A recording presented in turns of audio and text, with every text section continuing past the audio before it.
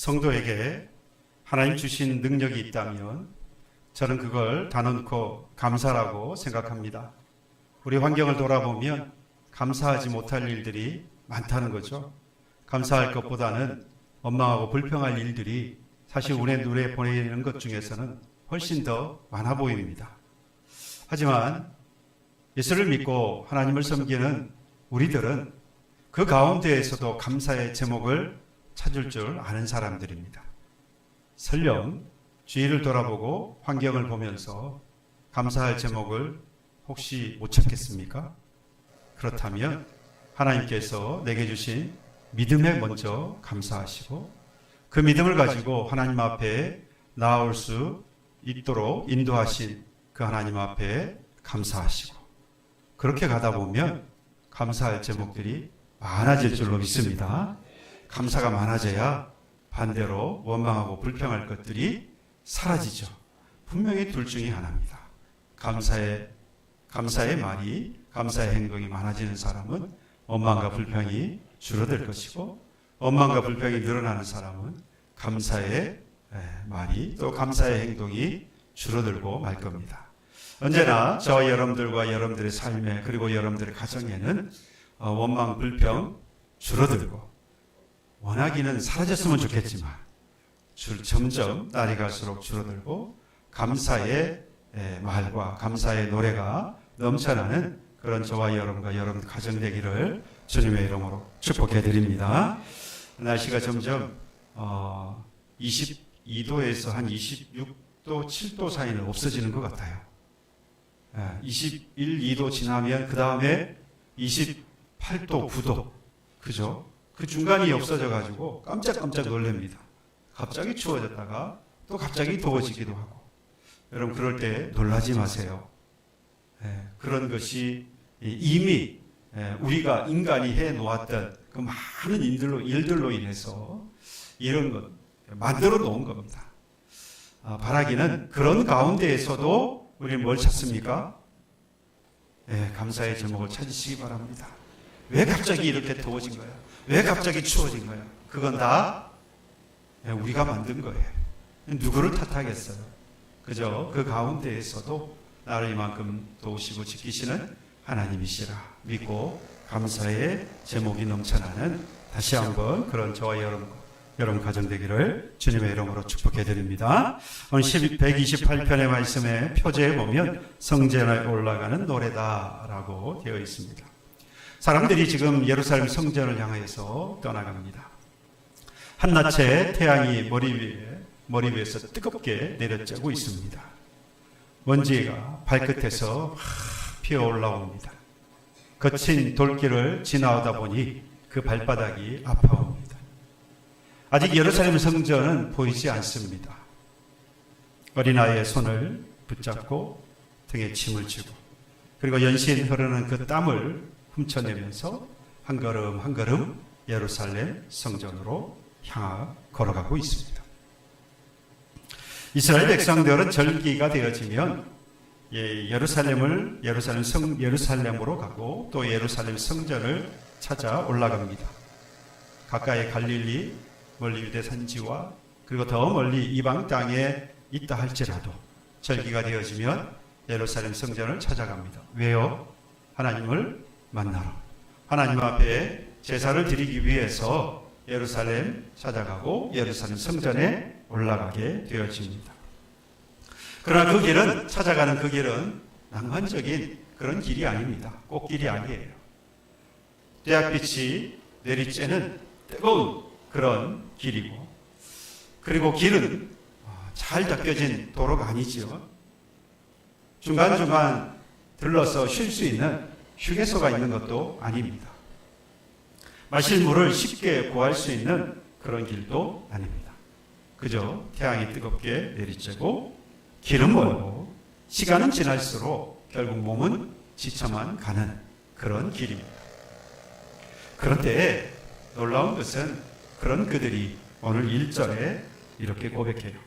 여호와를 경외하며 그의 길을 걷는 자마다 복이 있도다. 이 지금 순례의 길을 걸어가고 있는 이들이 지금 그 떼약볕에서 그 험난한 길을 걸어가면서 이렇게 지금 노래하고 있어요. 여호와를 경외하며 그의 길을 걷는 자마다 복이 있다. 이 장면을 한번 그림을 그려보세요. 머릿속에 한번 그림을 그려보세요. 어떻게 그렇게 힘든 길을 걸어가고 있으면서 복을 노래할 수 있을까? 우리는 좋은 일이 있고 편한 길이 생기고 내가 원하는 것들이 이루어지면 복 받았다고 이야기합니다. 맞습니다. 그러면 그렇지 못하면 사실 우리가 복을 노래하거나 복을 받았다라고 고백하기가 어렵죠. 조금 더 믿음 있는 사람이라면 원망불평하지 않고 이 길을 좀 잘 건너가게 해주십시오 정도만 해도 사실 참 좋은 믿음이다, 본받을 만한 믿음이다 라고 할 겁니다. 그런데 지금 이 순례자들은 지금 이 예루살렘에 찾아가서 예루살렘 성전에 올라가고자 길을 떠난 이 사람들은 그 수준을 넘어선 것 같아요. 복을 노래하고 있습니다. 아직 성전에 도착한 게 아닙니다. 아직 목적한 바가 이루어지지 않았어요. 제사를 드린 게 아니라는 이야기입니다. 아직 그 주변의 환경이 바뀌어지지 않았습니다. 그럼에도 불구하고 이들이 지금 복을 노래합니다. 여러분, 그 이유가 뭘까요? 목적과 기대한 바가 있기 때문이겠죠. 지금 그 목적은 뭡니까? 예루살렘에 가서 성전에 올라가 하나님 앞에 제사를 드리는 것이 그들의 목적입니다. 그러니 그 성전을 찾아가면 누가 계시고? 하나님이 계시고, 그러니 그 하나님을 만날 수 있다고 하는 그 기대, 그리고 목적은 이곳까지 와서 이루고자 했던 그 목적을 이룰 수 있다라고 하는 그 기대와 그 목적이 그들을 지금 이곳으로 오게 했고, 그리고 지금 비록 험난하지만 그 길을 걷게 했던 것이죠. 이걸로 끝나면 뭔가 하나 부족한 것 같아요. 왜냐? 오늘 제가 128편의 말씀을 묵상하면서 제 눈에, 제 마음에 들어왔던 또 다른 한 가지 이유가 있었습니다. 그들이 이렇게 험난한 길임에도 불구하고 집을 떠나서 예루살렘을 찾아 예루살렘 성전으로 올라갈 수 있었던 이유, 그러면서 올라가면서 복을 노래할 수 있었던 이유, 성전 끝에 계시는 예수 하나님께서 계셨기 때문이지만 더불어서 지금 누가 함께 가고 있습니까? 가족이 함께 가고 있기 때문입니다. 그들이 비록 아직 성전에 도착하지 못했고 아직까지 제사를 드리지 못했으며 나아가서 아무런 상황이 바뀌지 않았음에도 불구하고 지금 복을 노래할 수 있었던 것, 그가 혼자 걷는 길이 아니었다는 사실, 그와 함께 가는, 함께 그 길을 걷고 있는 가족이 있었다는 거예요. 여러분, 같은 길이지만 혼자 걷는 길과 함께 걸어가는 길은 분명히 차이가 있습니다. 혼자 걷는 길이었다고 한다면 이 길은 훨씬 길게 느껴졌을 것이고 훨씬 힘든 길이었을 것입니다. 하지만 지금 그 옆에 누가 있습니까? 아내가 있습니다. 뒤에는 자녀들이 따라오고 있고요. 앞에는 부모가 앞서고 있습니다. 함께 숨 거친 호흡을 가다듬어 가면서 서로를 살펴가면서 맞춰가면서 걸음걸음을 맞춰가면서 걸어가는 식구들이 있습니다. 그러면 예루살렘 성전을 향해서 오면서 복을 노래하는 이 가족들의 어제까지의 삶을 한번 볼까요? 지금 이 거친 길을, 험난한 길을 걸어가면서 예루살렘을 향하여 가고 있는 이들이 복을 노래하고 있지만, 가족들과 함께 복을 노래하고 있지만, 그렇다면 이 오기 이전까지 이들의 삶은 어땠을까? 여러분, 이들도 역시 오늘을 살아가는 저와 여러분들과 다르지 않았을 거예요. 종일 수고했습니다. 밭을 갈았습니다. 손이 거칠어지고 몸이 부서지도록 가족을 위해서 각자가 맡은 일을 열심히 했습니다. 그리고 지금 뙤약볕에 발바닥이 아프도록 걸으면서 예루살렘을 찾고 예루살렘 성전으로 향해 올라가고 있는 겁니다. 고단한 인생길이 계속되지만 고단함을 비로하고 복을 노래하면서 예루살렘으로 향해 걸어갈 수 있었던 것, 분명히 가족 때문입니다. 그 가족과 살아왔던 이전의 삶은 또한 고단한 인생길이었다는 거예요. 그러면 이제 이 가족이 떠나기 이전 전날 밤을 한번 볼까요? 따라오고 계시죠? 저만 지금 그리고 있는 건 아니죠? 여러분도 지금 머리에 그리고 있습니까? 그 떠나기 전날 밤 하루 종일, 그날도 이 예루살렘으로 향하여 떠나기 그 전날 밤 모든 수고를 마치고 집으로 돌아온 그 모습을 생각해 보십시오. 모두 모여서 아마 작은 식탁을 마련을 했을 겁니다.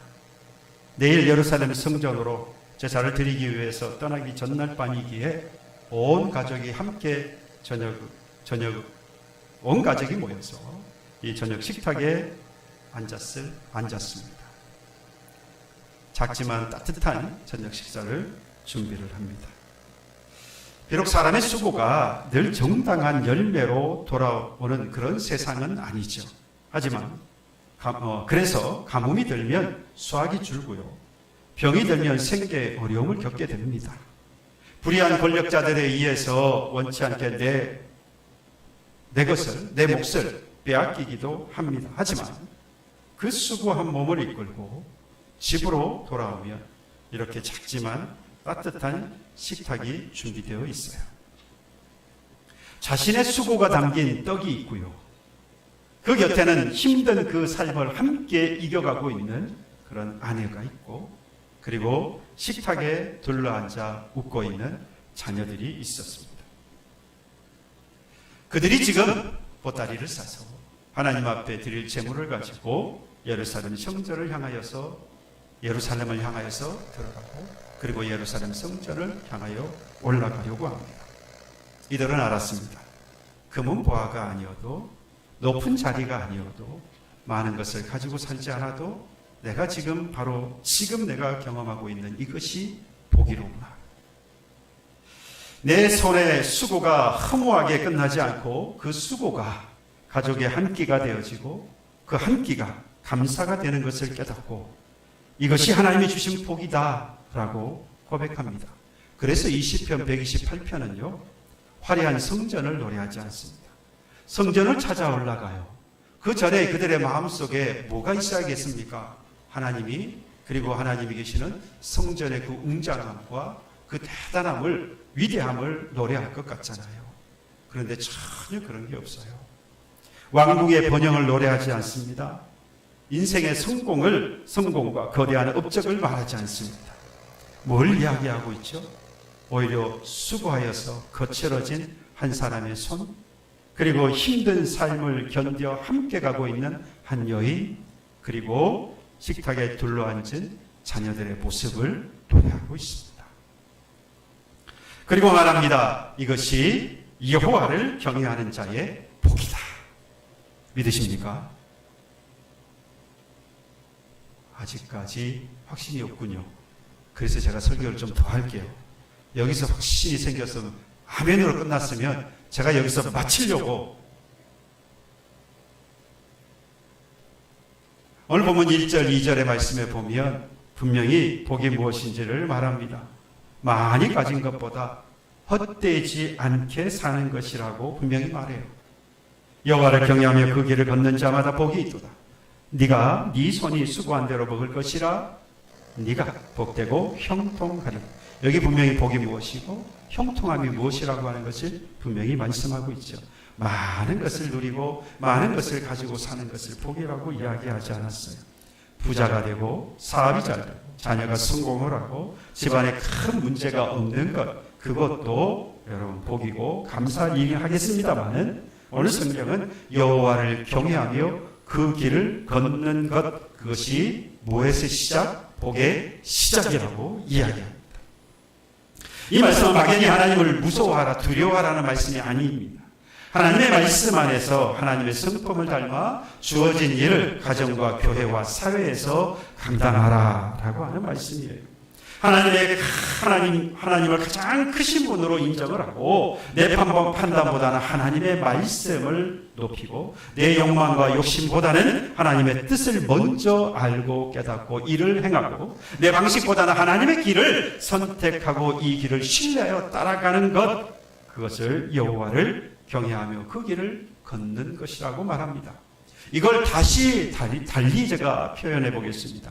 달리 표현해서 한 문장으로 정의를 해본다면 삶의 방향을, 나와 우리 가족의 삶의 방향을 하나님께로 향해 가는 사람, 그 가정, 이렇게 정의할 수 있습니다.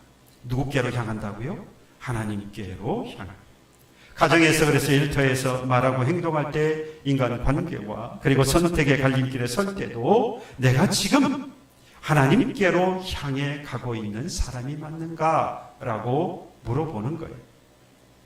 언제나 삶의 방향을 하나님께로 향하고 있는지 물어보고 그 하나님께로 향해 가는 사람, 그 사람이 여호와를 경외하며 그의 길을 걷는 자로서 무엇의 시작이 됩니까? 복의 시작이 되어지는 거죠. 이런 은혜가, 이런 복의 시작이 있는 저와 여러분들 가정이 되기를 주님의 이름으로 축복합니다. 그러면 이 복이 시작이 되었어요. 그러면 이제 복이 무엇인지 봐야 되겠죠? 이 가정에게 주어지는 복이 뭡니까? 오늘 본문에 보니까 네 손이 수고한 대로 뭐한다?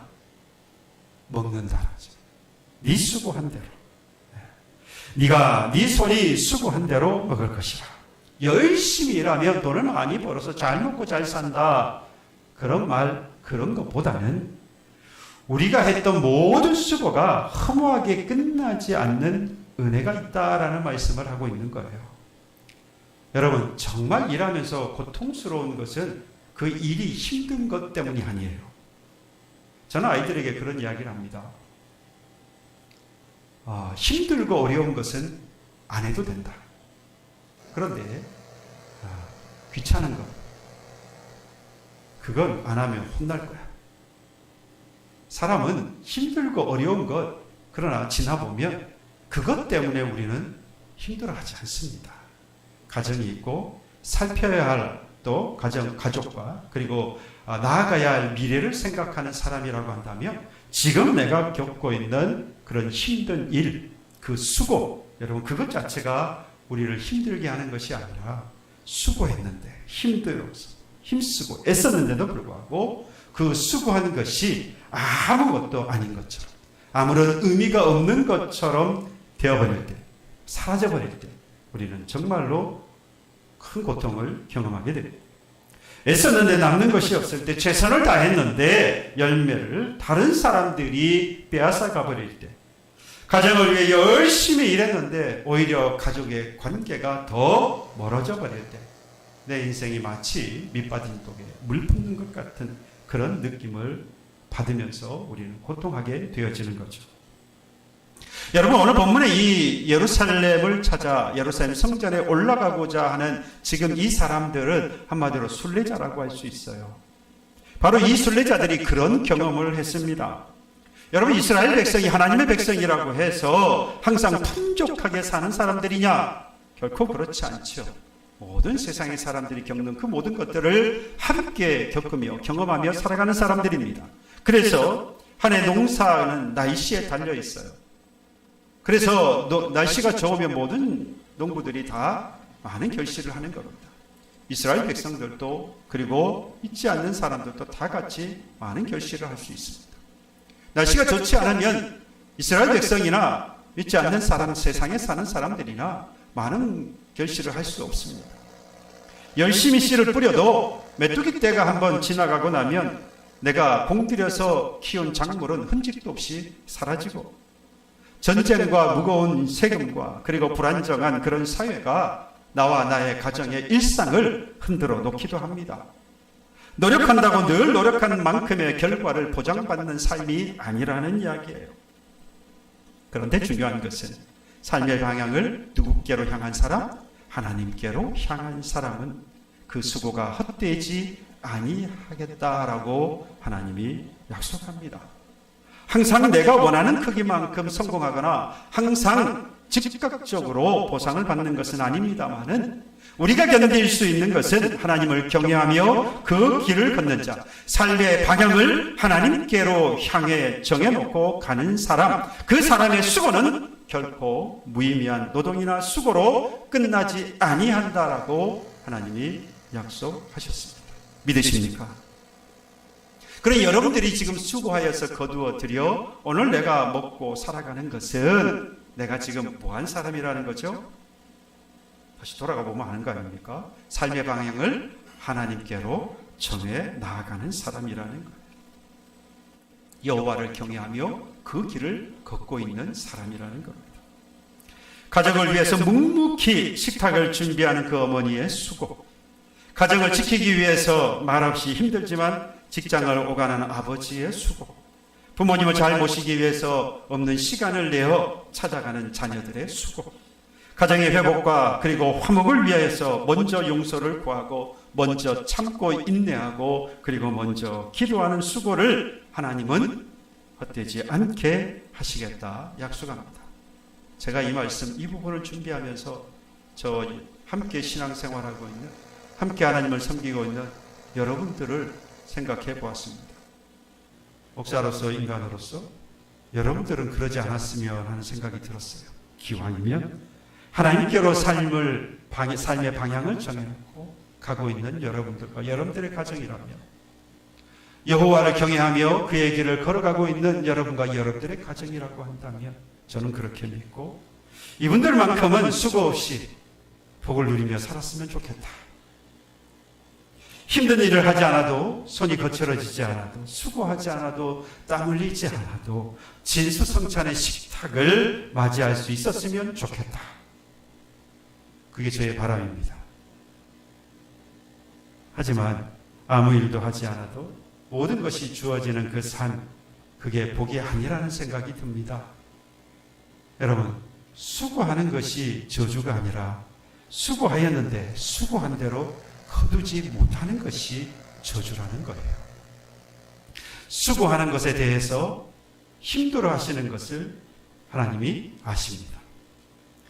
다만 저와 여러분들이 여호와를 경외하고 그 길을 걷는 사람이라면, 하나님을 향하여서 내 삶을 방향을 정해놓고 가는 사람이라고 한다면 하나님은 분명히 약속하셨습니다. 저와 여러분들의 수고를 헛되지 아니하게 하겠다.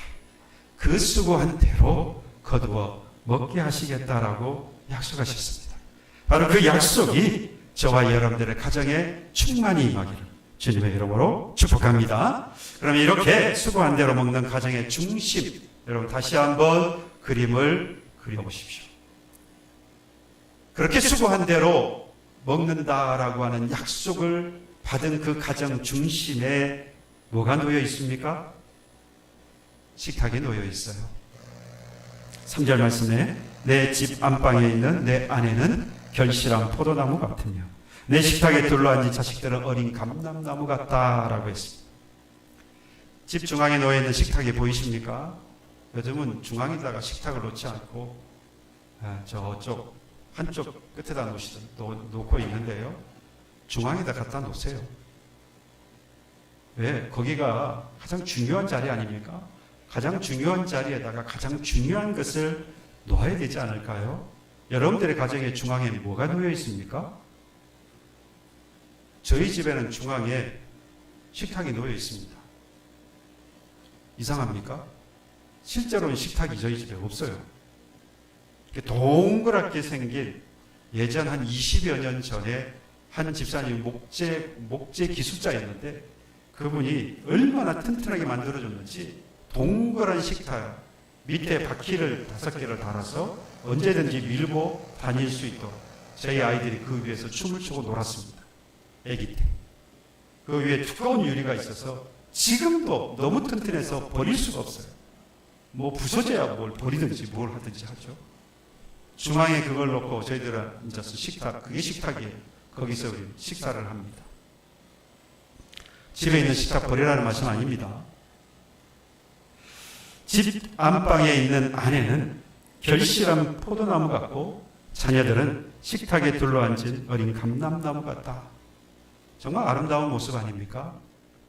먼저 아내를 볼까요? 결실한 포도나무라고 했습니다. 중요한 것은 결실했다고 하는 게 중요해요. 많은 포도나무가 있습니다. 잎사귀 많은 푸르른 포도나무가 있고요. 또 바짝 말라버린 포도나무도 있습니다. 다 자라지 못한 어린 포도나무도 있어요.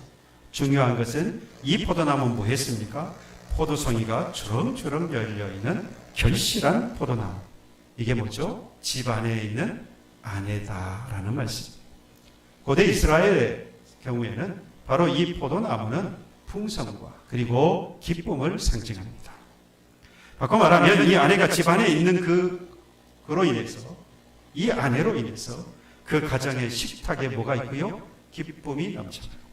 행복이 이 아내로 인해서 만들어진다라는 겁니다. 비록 그 음식이 간이 잘 안 맞아서 맛이 없어도 아내의 수고가 아름다운 집을 만들어가고 더 집답게 만드는 겁니다. 그렇다고 해서 이 아내를 또는 여성을 집 안에다 묶어두는 식으로 읽거나 이해하거나 해석해서는 안 되겠죠. 이 의미는 아내를 공간의 제한, 그 안에 두어야 한다라는 것이 아닙니다. 아내가 가정을 행복의 자리로 만드는 아주 귀하고 복된 존재라고 하는 것을 이야기하고 있는 겁니다. 그 가정의 식탁을 준비해서 생명을 흐르게 하는 것이 아내이고, 차가운 공간을 아주 따뜻한 집으로 바꾸는 것이 아내이고, 흩어진 가족을 다시 한 상으로 모이게 하는 것이 아내가 준비한 바로 그 식탁이며 그 아내라고 하는 사실. 그리고 자녀들을 보겠습니다. 식탁에 둘러앉은 자식들은 어린 감람나무 같다라고 했습니다. 왜 하필이면 감람나무일까요? 감람나무는 오랫동안 자랍니다. 천천히 자랍니다. 바꿔 말하면 짧은 시간 내에 열매를 맺을 수 없다는 이야기예요. 오랜 시간 한 자리에서 뿌리를 내리며 자라고 또 그 자리에서 자라납니다. 자꾸만 안 자란다고 뽑아다가 자리만 자꾸 옮기면 안 되죠. 자녀들은 한 집에 있어야 돼요. 밖으로 돌리지 마세요. 내가 힘들다고 자꾸만 내 보내려고만 하시는데 할 수만 있으면 다 장성하기까지 두십시오. 감람나무가 다 자라서 열매를 성이 맺을 그때까지 두는 것처럼 저와 여러분들의 그 가정에 이 어린 감람나무와 같은 그 자녀들, 여러분 연약하고 아직까지 다 자라지 않았습니다. 하지만 이들이 무엇을 할 것입니까? 생명을 이어갈 자들이에요. 그래서 이 가정의 소망이고 이 가정의 미래가 되어지는 것입니다. 아직 부모님들의 기대만큼 성숙하지 않을 수 있습니다. 아직 온전한 믿음과 바른 신앙을 가지지 못해서 바람이 불 때마다 흔들릴 수 있습니다. 그러나 부모는 그 자녀를 오늘의 그 모습만 보고 판단하지 않지요. 뭘 봅니까? 장래를 봅니다. 미래를 보면서 그 아이를 보고 기뻐하고 감사하고 장성하여서 열매 결실하도록 뭐하죠? 인내하며 기다립니다. 그런데 바로 이 자녀들이 어디에 있습니까? 저는 이 부분이 너무나도 가슴속 깊이 마음에 남습니다.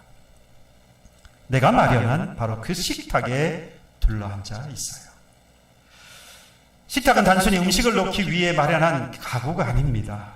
식탁은, 여기서 말하는 식탁은 가족의 삶이 만나는 자리이고요. 하루의 이야기가 모이는 자리입니다. 아버지의 땀과 어머님의 마음과 자녀의 웃음이 함께 모이는 자리입니다. 그런데 오늘날 우리의 가정을 한번 돌아보십시오. 집은 점점 넓어지는데요. 그 식탁은 점점 비어가잖아요. 같은 공간에 살지만 같은 시간을 공유하지 않습니다. 부모는 바쁘고 자녀는 각자의 삶 속에 묻혀서 함께 식탁에 앉지 못합니다.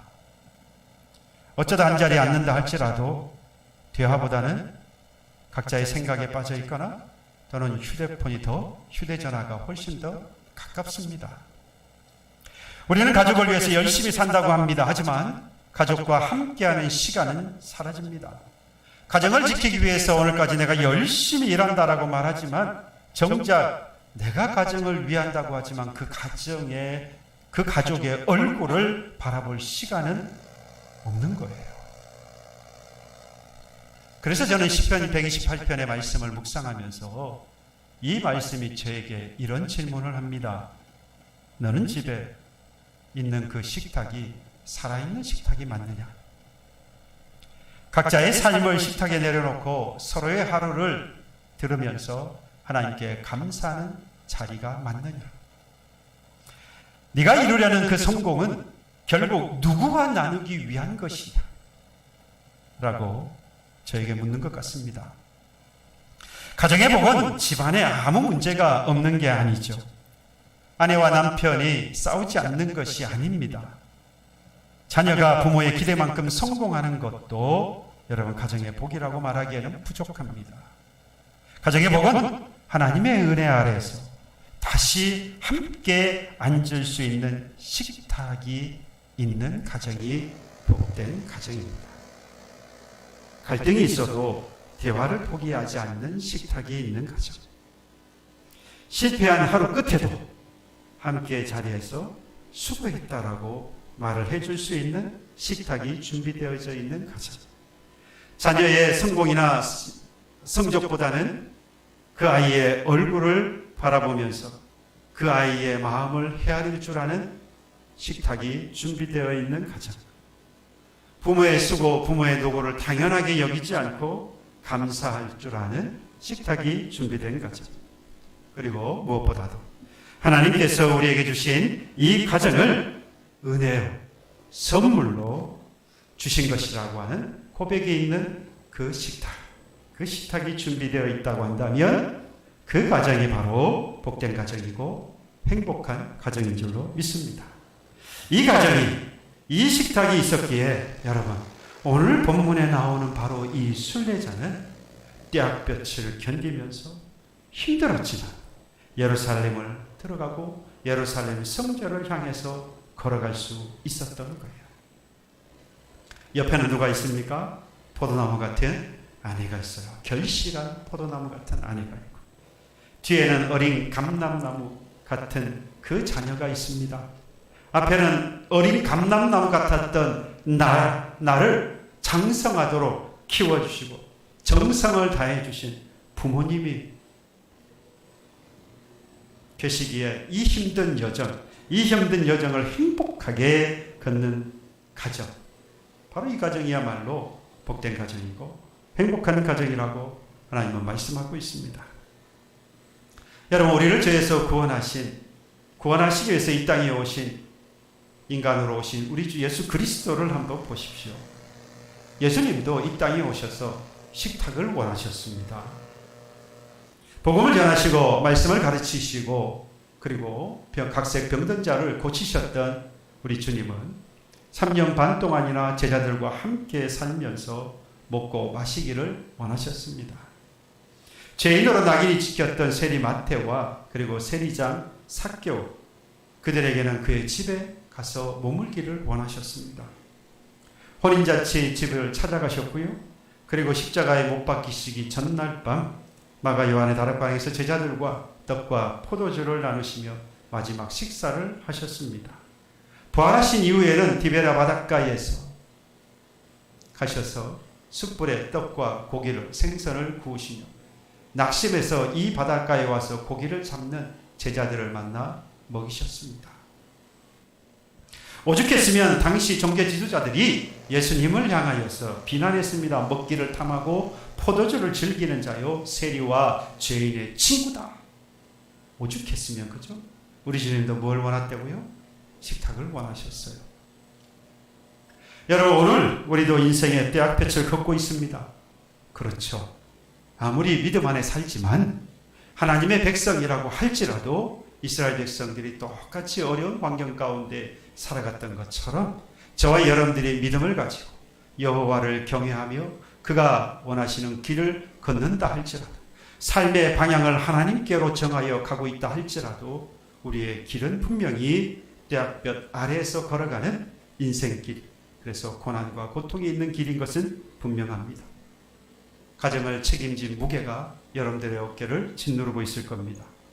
일터에서 쌓여왔던 그 피곤함이 가시지 않고 계속해서 쌓입니다. 부모는 부모로서의 고민이 있고 자녀를 향한 염려가 있습니다. 부부 사이에 말 못할 그런 상처도 있습니다. 노년이 되어서 외로움이 찾아옵니다. 어린 자녀들은 알 수 없는 미래에 대한 불안감으로 가지고 불안함에 살아갑니다. 하지만 사랑하는 우리 교우 여러분, 우리가 이 인생의 떼약볕 아래 견디면서 살아갈 수 있는 것은 이미 우리는 하나님을 경외하며 그 길을 걷는 자라고 하는 사실, 그리고 우리는 그렇게 하는, 함께 가고 있는 가족이 있다라고 하는 사실 때문에 오늘 우리는 이 인생이 떼약빛이고 그래서 힘들고 어렵지만 이 길을 갈 수 있는 사람들입니다. 그러므로 바라기는 우리 모두 여호와를 경외하며 그 길을 걷는 사람으로서 복의 길을 끝까지 걸어가서 하나님이 마련해 주신 식탁에 둘러앉아 하나님의 은혜를 기억하면서 감사하는 행복한 가정, 기쁨과 소망이 넘치는 가정을 이루어가는 그런 저와 여러분과 여러분 가정이 되기를 주님의 이름으로 축복합니다. 찬송합시다. 찬송가 550